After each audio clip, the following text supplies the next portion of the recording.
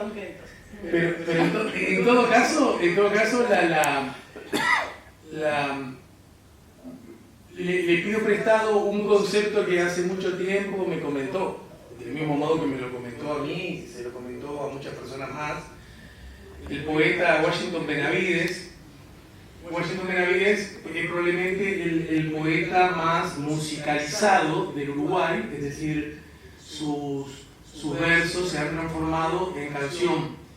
Y él siempre sostenía lo siguiente, haciendo una distinción que siempre me pareció muy lúcida entre la poesía y la canción. Y él decía que a la poesía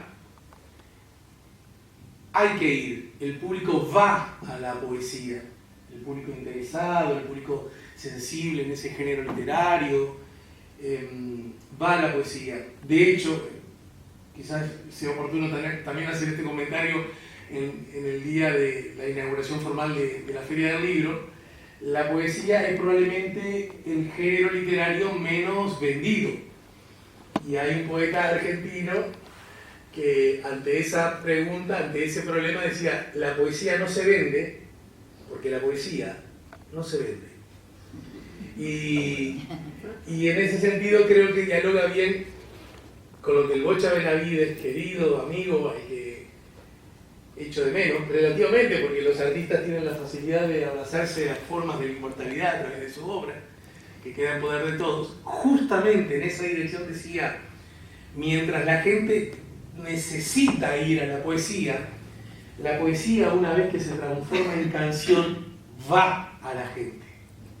Entonces él decía, no saben lo contento, lo gratificado y lo agradecido que estoy de que tantos y tantos músicos, intérpretes, cantantes se hayan apoderado de mis textos para transformarlos en canción, porque gracias a eso logré que mi poesía hecha canción fuera a la gente.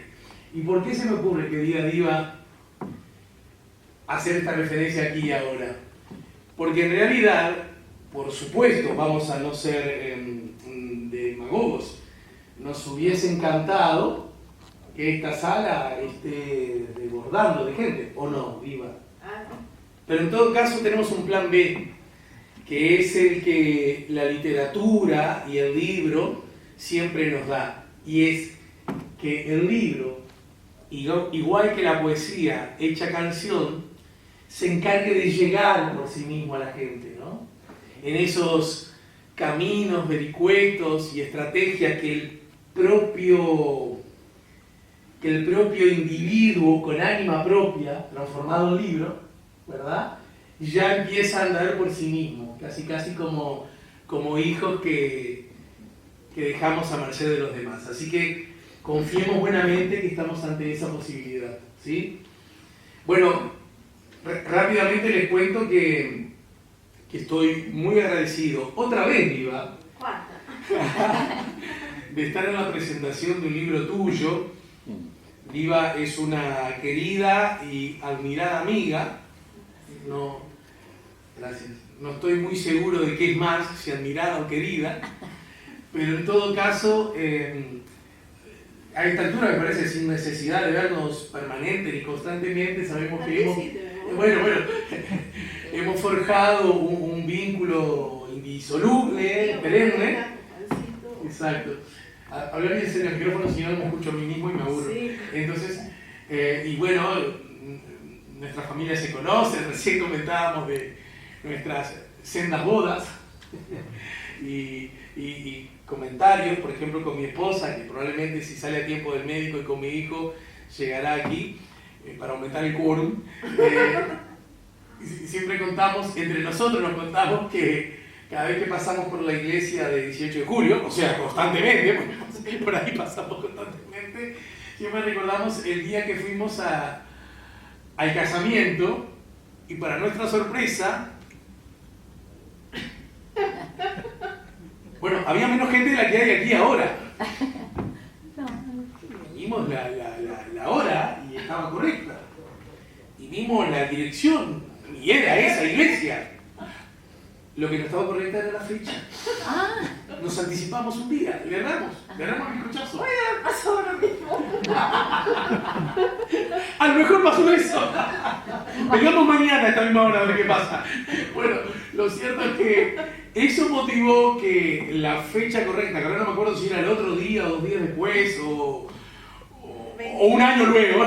25 de septiembre, Día del Patrimonio. Bueno, lo cierto es que nosotros teníamos ahí un compromiso, una actividad que claro, que inicialmente estaba libre porque no coincidía con el casamiento, con lo que típico del buen gordito garronero, hablo por mí, llegamos para la hora del brindis. Maravilloso. Siempre recordamos con Lorena la muy grata distancia con una familia maravillosa, mucho ojo celeste desparramado por ahí, y charlando. Y bueno, yo que me gano la vida preguntando, algunos dicen que preguntás mucho porque trabajás de esto. Y yo digo en realidad que es exactamente al revés. Como pregunté siempre mucho, dije, bueno, me voy a dedicar a esto, pero en realidad es al revés. Entonces, me acuerdo que preguntábamos cosas a tu familia y los vínculos y cómo se conocían y cómo se armaban. Bueno, la verdad que fue una experiencia maravillosa.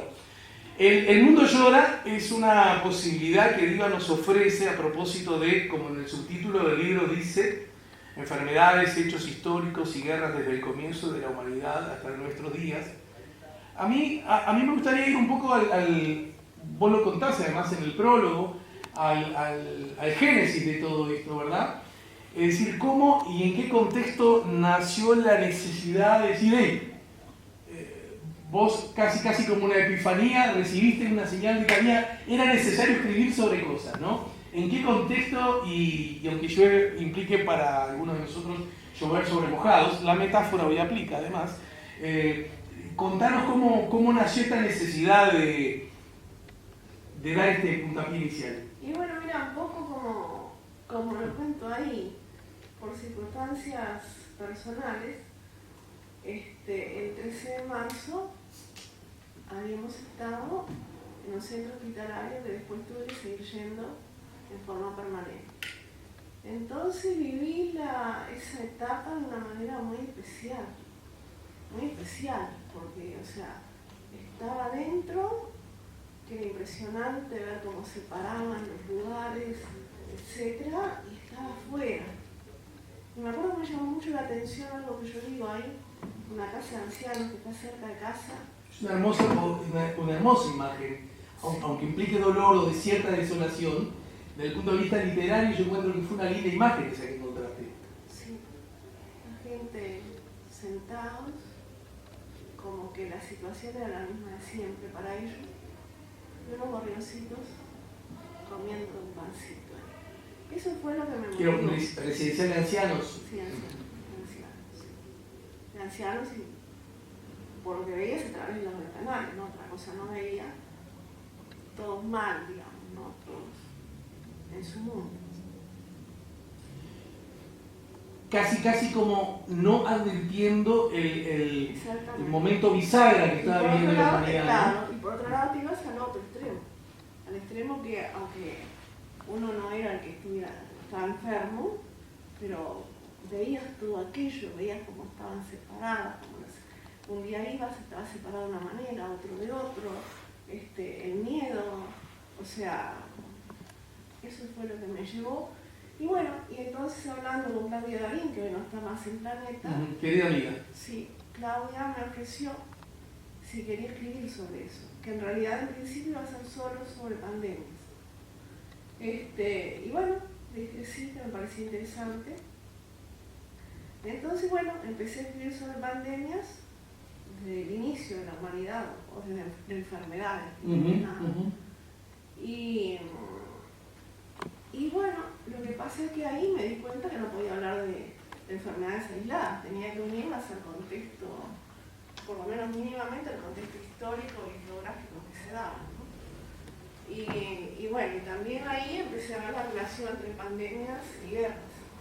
Así que entonces hay dos puntos fundamentales que son las enfermedades o las pandemias y las guerras. Y otro también de repente el confort que hay en ese momento en determinada sociedad. Y bueno, y Claudia me dio muchos guiños, me dijo que pusiera énfasis en cómo se trataba de curar las enfermedades en aquella época. Gracias. Y bueno, y todo marchaba muy bien. Pero claro, el 24 de febrero de 2022 recién va el Corán, cuando yo tenía que entregarlo. Pero no podía entregarlo cuando pasaba eso. Con semejante acontecimiento, ¿no? Claro, no podía evitar mencionar. Bueno, seguí trabajando, pero ya Claudia me dijo que ya lo tenía que publicar en 2026. Bueno, en el 2026 no sé ni si voy a estar acá, además no voy a seguir trabajando hasta el 2026. Imposible. Lleva un trabajo enorme. Y bueno, entonces al final lo publica Tradinco, pero cuando estaba pronto viene lo de Hamas y la guerra de Jordania. Entonces, bueno, tampoco podía terminar mal, pero llegó un momento que puse punto final. Pero también quiero aclarar que ahí hay dos errores garrafales, que son hablar del cuadro de Blanes con la viruela, cuando es la fiebre amarilla, sí, seguro. Y el otro que habla de la vacuna contra la tuberculosis, es contra, obviamente, la parálisis, ¿cómo es la poliomielitis? Bien. Si bien después están puestos, pero ahí no sé por qué.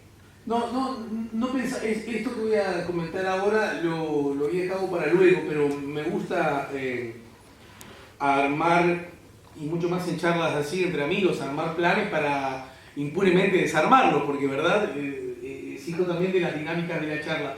Una cosa muy interesante que se aprecia en el libro y que vos acabas de confesar, es que en realidad vivimos en una especie de constante paradoja, que si un editor o uno mismo no se presiona para encontrarle final, en realidad podríamos seguir permanentemente.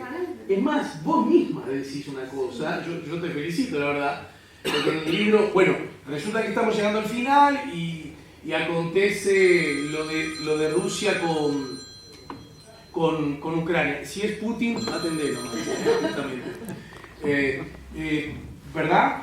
Y cuando de alguna manera podríamos relativamente encontrar cierta redondeza al asunto, surge el atentado de Hamas y de inmediato la respuesta, que vos también, la respuesta acá en estos asuntos, en lo que a mí refiere, yo no tengo problema de adjetivar porque siempre lo hago desde el respeto y también de cierta mirada crítica, pero convengamos, una respuesta del gobierno y del Estado de Israel que problematiza aún más la gravedad del atentado inicial, ¿no es cierto? Vos lo decís ahí. E incluso señalás algo de que estamos en la puerta de que algo ocurra en el Líbano. Bueno, ya ocurrió, señora, ya lo estamos viendo todos los días. Es decir, vos misma te anticipás a esa especie de escalada aparentemente inevitable. A mí, la verdad, me vino ganas de preguntarte de dónde, apoyada en qué lógicas suponías que iba a pasar algo que, por lo menos para vos, resultaba bastante evidente. No, todo daba la sensación, ¿no? Pero también me preocupa mucho y me sigue preocupando la posibilidad de estallido de un misil o lo que fuere, de un accidente en la central de Zaporizhia. La central de Zaporizhia, 5.700 megawatts, es la segunda más grande del mundo después de Kashiwazaki Kariwa de Japón. Pero aunque no fuera tan grande, igual sí. Perdón, ¿podrías hablar un poquito más alto? Porque O más cerca del micrófono, arriba. Sí, no, perdón. Apárate, estoy sorda, soy un poco... No, soy yo que ya veo. Te dije que además... No, decía la preocupación porque, digamos, no estalle una central nuclear en la guerra. Que además Ucrania tiene varias centrales nucleares, pero Zaporizhia, que está en poder de Rusia en este momento, es objeto de preocupación del Organismo Internacional de Energía Atómica. Rafael Grossi, el director general del Organismo Internacional de Energía Atómica, que es argentino, ha hecho muchas visitas a la central donde tiene inspectores y donde está manejada por el personal ruso y manifiesta su gran preocupación. Y también acá quiero destacar la valentía de Rafael Grossi, porque Rafael Grossi, perdón, pero yo no estoy terminando. Rafael Grossi en su primera visita a Zaporizhia, cuando iba llegando, le tiraban misiles cerca. Él le dijo a sus, digamos, a los técnicos del Organismo Internacional de Energía Atómica que iban con él que se quedaran, pero ninguno se quiso quedar. Y bueno, cuando llegó, el comandante ruso le dijo bienvenido a Rusia y él dijo buenas tardes. Pero personalmente tengo gran temor de que eso suceda en Zaporizhia o en alguna otra. A propósito de esto, y ahora hacemos, si vos estás de acuerdo, como un breve resumen de capítulo a capítulo, porque además ustedes probablemente todos leyeron el libro ya. Uno de los aciertos me parece en cómo está el libro estructurado es que por supuesto que se puede leer de un tirón, pero también se puede leer capítulo a capítulo, ¿verdad? El que más por distintas razones te interese, podés abordarlo, que goza de la suficiente independencia como para tener una idea cerrada de lo que sobre muchos asuntos opina la autora. Pero sobre este tema, yo recuerdo haber conversado muchas veces contigo acerca del mal marketing que tiene la energía nuclear, las centrales nucleares, ¿verdad? Lo hemos conversado muchas veces. Cito acá al inmenso Carlos Maggi, que él decía que teníamos que sacarnos ese prejuicio de encima. En fin, por lo menos yo siempre encontré que en Carlos Maggi a un libre pensador valiente que no tenía problemas en tirar arriba de la mesa el gato, ¿verdad? ¿En serio? Sí, sí. Mirá, en la medida que eso nos posibilite desarrollar aquello para lo cual estamos preparados los seres humanos, que es desarrollar miradas críticas sobre los temas que nos rodean, ¿no? Ni más ni menos. Esa es la condición humana. Tenemos un asunto y sobre ese asunto desarrollamos una mirada y después necesitamos del auxilio de otro para llevarla a cabo y el otro a lo mejor la enriquece haciendo su punto de vista o simplemente se opone a la misma, pero estaremos en un libre juego de interacción de ideas arriba del planeta, ¿no es cierto?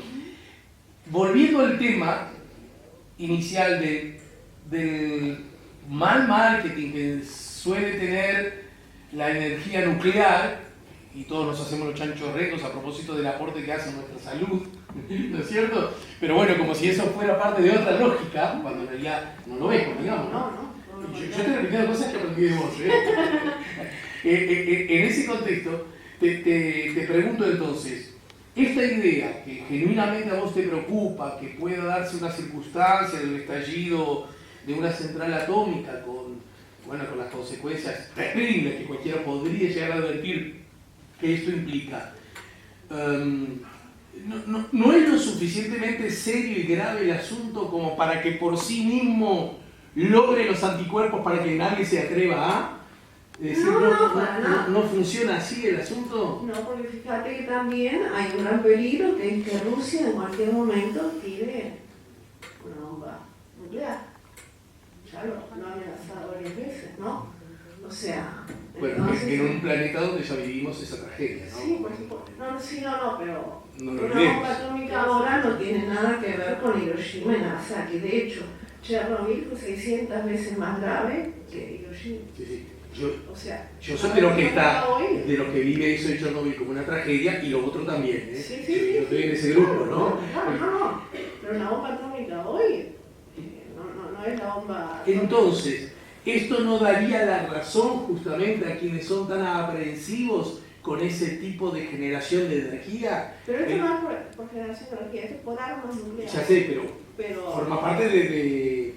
No, porque ya ahí está parte de todo lo que sea derecho nuclear, porque son para la guerra. El derecho nuclear se refiere a los usos pacíficos de la energía nuclear. Ajá. Además ahí yo no uno una crítica que hago a los organismos internacionales. Sí. Porque evidentemente los organismos internacionales han fracasado totalmente. Necesitan reorganizarse de tal manera que tengan un verdadero poder coercitivo, porque no puede ser que Naciones Unidas no marche ninguna resolución porque los 5 miembros permanentes del Consejo de Seguridad tienen derecho de veto. Sí, claro. Y tampoco puede ser que no tienen poder coercitivo, entonces ¿para qué sirve? Además hay demasiado organismo internacional, hay que reestructurarlos. O sea, esa es la mayor crítica que... En todo caso será parte del próximo libro, ya lo veo. Pero a mí me gustaría retrocediendo un capítulo, bueno, que vayamos al plan, si te parece, ¿no? Yo les recomiendo, seguramente ya lo leyeron, el prólogo, de alguna manera explica, viva, la doctora explica por qué entendió que era necesario escribir, y el capítulo 1, que, bueno, podríamos decir, ahí está resumida la humanidad, ¿no? Es bastante ambicioso en cuanto, bueno, de hecho es el capítulo más largo, obviamente, evolución del hombre y de la sociedad, de su aparición en el planeta hasta nuestros días. Imagínense, el ser animado más simple es el resultado de un largo proceso de evolución con muchas etapas de las cuales no tenemos conocimiento. La vida terrestre es una parte del planeta Tierra. Las formas de vida han sido varias porque se fueron adaptando a la casi infinita variedad de circunstancias terrestres y se distingue el animal y la vegetal, la primera arraigada en el sitio en que nace, la segunda saliendo de él ya sea con alas, si es un ave, o pies. Bueno, esto para dar justamente el rodaje inicial de esta permanente y perenne circunferencia, ¿no? La pregunta que yo te hago es, a propósito de estos hechos, vos elegís, seleccionás algunos hitos, ¿verdad? Algunos puntos claves de la historia de la humanidad. Obviamente no nos vamos a mencionar todos, pero me gustaría que algunos lo hicieran. ¿Y en base a qué criterios seleccionaste esos y de pronto no otros? Que alguien podría hacer alguna observación en ese sentido. Y bueno, un poco, digamos, cuando estábamos en tribus, en clanes, ¿no? Después de la revolución agrícola, entonces cómo fue cambiando el hombre, desde sedentario, desde nómade, perdón, a sedentario. Y después yo siempre digo, por supuesto, guerras o conflictos hubo siempre, con piedras astilladas, hasta armas nucleares, con todo, toda clase de armas. Pero si nos ponemos a analizar cuándo es que, digamos, no puedo decir que se perdió la paz porque paz nunca hubo, pero se estabilizó más, es cuando se desintegró un poco el concepto de familia, sentados alrededor de una mesa. Esa es mi manera de verlo. Pero, sin embargo, lo acabas de decir, ¿no? La historia de la humanidad es la historia de las guerras, ¿no? Y ha habido guerras con... Te sigo, que como sos amiga, me concedo el derecho a pelearte un poco. Yo siempre digo que uno en realidad pelea a los amigos, ¿no? Porque es a lo que más quiere y lo que más les interesa cuando se produce ese... En realidad, si el problema adquiere una dimensión mayor cuando ciertas miradas de la familia empiezan a cambiar, bueno, convengamos que las miradas de la familia a lo largo de la humanidad han variado en forma muy... Y sin embargo lo que siempre ha permanecido son las guerras. Parece ser mucho más propio del ser humano la guerra que la familia, siguiendo esa lógica, ¿no? Entonces, ¿cómo es que... a lo que quiero llegar es, desde tu mirada, la guerra nos sigue de algún modo asombrando e indignando, ¿no es cierto? Nadie dice, bueno, en general el discurso que abrazamos todos es, bueno, tratemos de no vivir en guerra, incluso lo usamos en la lógica pequeña de la convivencia con amigos y vecinos, ¿no es cierto? Porque la guerra lastima, hiere, y porque además ganar una guerra no significa tener razón. En todo caso significa haber sido mejor guerrero, o tener más armas, o vaya a saber qué, pero en realidad es como una lógica que viéndola de afuera resulta difícil de entender. Pero sin embargo, hay que sacárselo también, me pregunto, con peine fino, en algún punto este bicho humano que somos lo ha necesitado desde siempre, ¿no? Desde siempre. Y ahí no radica una inmensa paradoja. Y sí. La guerra siempre ha estado unida a la vida del hombre. Siempre. El hombre está sobre la tierra, no se ha separado. Enfermedades y guerras. también ha habido hechos, o sea, evidentemente ha habido personajes fantásticos que han aportado mucho a la humanidad, ¿no? Pero las guerras y las enfermedades o pandemias. Y unas se puede decir que dialogan con otras, porque vos el libro, y justamente vayamos a otro de los capítulos, cuando aludís las grandes pandemias de la humanidad, antes incluso del surgimiento de COVID-19, que eso merece un capítulo aparte, que ya lo veremos, ¿por qué entendiste que de alguna manera es necesario poner en el mismo escenario, en la misma atalaya, estos dos semejantes acontecimientos? Por ejemplo, cuando tenés una guerra, y un ejemplo es la pandemia de la gripe española, los soldados se van desplazando de distintos lugares. Entonces, ellos son portadores de una enfermedad que se va transmitiendo y se va transformando en pandemia. Eso se ve no solo en la guerra española, que de española tiene solamente el nombre, porque nació en Estados Unidos, pero como España era neutral, fue donde se dio la noticia, y de ahí quedó el nombre gripe española, que mató, no se sabe, porque hay cifras muy disímiles, entre 50 y 200 millones de personas. Personalmente no creo que 200. Pero bueno, no sé, eso es lo que dice la historia. Entonces, ese es el tema, que los soldados se van desplazando a distintos lugares y se van transmitiendo la enfermedad, se van transformando en pandemia. Portadores de... Claro. Portadores de otro tipo de arma. Sí, claro, el arma biológica. ¿No? Sí, que ese fuera el objetivo, ¿no? No, para nada, pero se ha dado mucho a lo largo de las pandemias. Sin embargo, esta última... No, esta fue distinta. A eso, ¿no? Bueno, fue distinta. Pero ojo, cuando Rusia invadió Ucrania, también había otro problema, había surgido la Omicron y sus cepas. Entonces, en Ucrania no se habló más del COVID, pero ¿cuántos murieron también por COVID? Cuando se hablaba de una parte y de otra, también ruso. Ahí en esos países no se habló más. ¿Vos decís que puede haber un registro... Sin duda. Subvalorado en ese sin aspecto? duda, porque estando en guerra, sobre todo Ucrania, que estaba toda en guerra, ya el COVID, nadie hablaba del COVID. También es justo recordar, porque que en ese momento ya la humanidad, o bien parte de ella ya había sufrido la enfermedad, o bien ya estaba vacunada, No, es cuando surgió la Omicron, el otro empuje. Sí, pero cuando surge el Omicron ya teníamos la vacuna, quiero recordar, ¿no? Teníamos la vacuna, pero... De hecho, muchos de nosotros conocemos personas que tuvieron, pero ya lo vivieron de otro modo, y los riesgos y las preocupaciones eran distintas, ¿no? Sí, pero igual fue difícil, ¿no? Cuando ocurren estas grandes tragedias, desgracias de la humanidad, siempre surgen, yo ahora no voy a adjetivar si con razón o sin ellas, pero siempre surgen miradas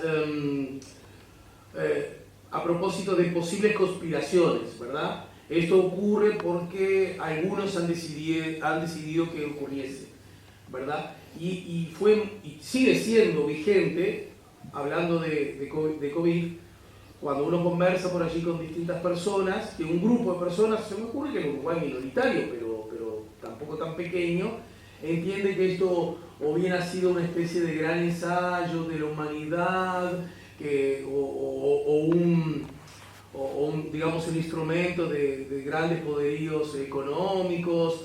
Incluso la propia vacunación ha sufrido de bastante mal marketing en ese sentido. Bueno, no estoy diciendo nada que no sepamos y que no hayamos escuchado constantemente, ¿no?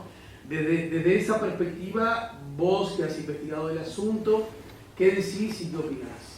La OMS hizo visitas a China y el laboratorio de China, SP4, o sea, de alta seguridad, y fue, construido con el apoyo de Francia.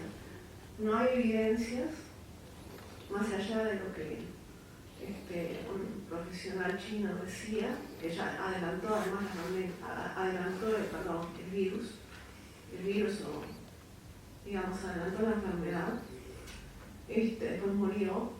No hay evidencia, la que dice China, del murciélago, del murciélago. Esa es la información de...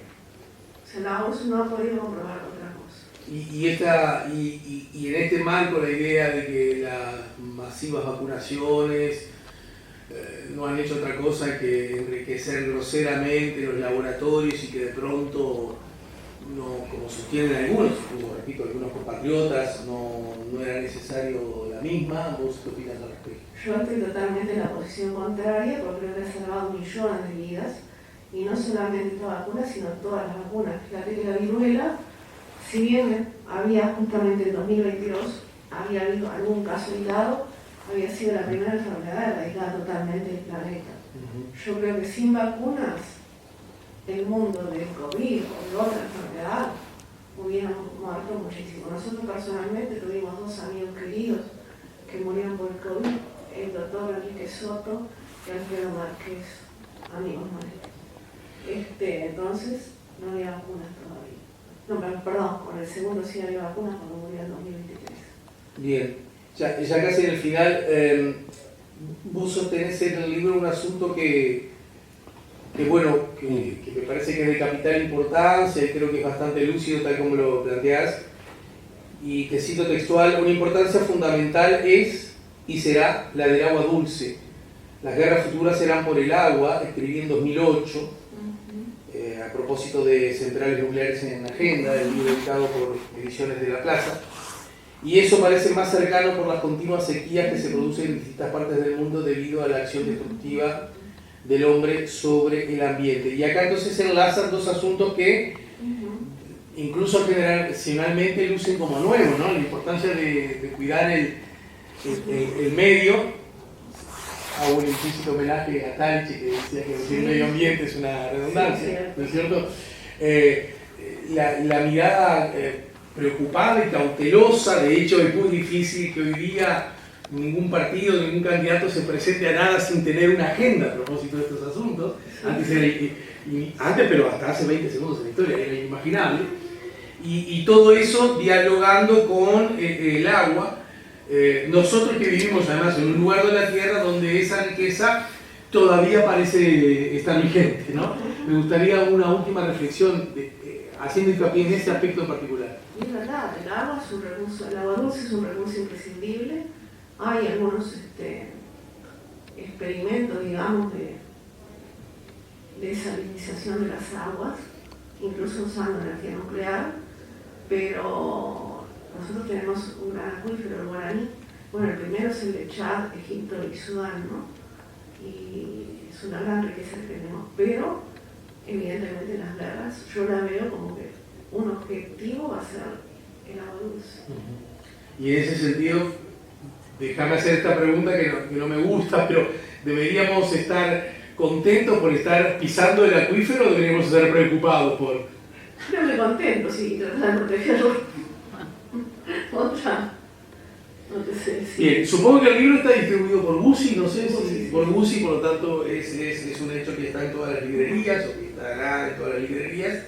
Y si yo te preguntara cuál es el público objetivo de este libro, para quién especialmente está pensado, quiénes te gustaría que lo leyeran. Bueno, si te lee un barrio de China te hace millonaria, ¿no? Pero bueno, supongamos que eso no ocurra. Es decir, ¿en quiénes pensás en forma inmediata? En general, porque obviamente no es un libro de historia, porque yo no soy historiador.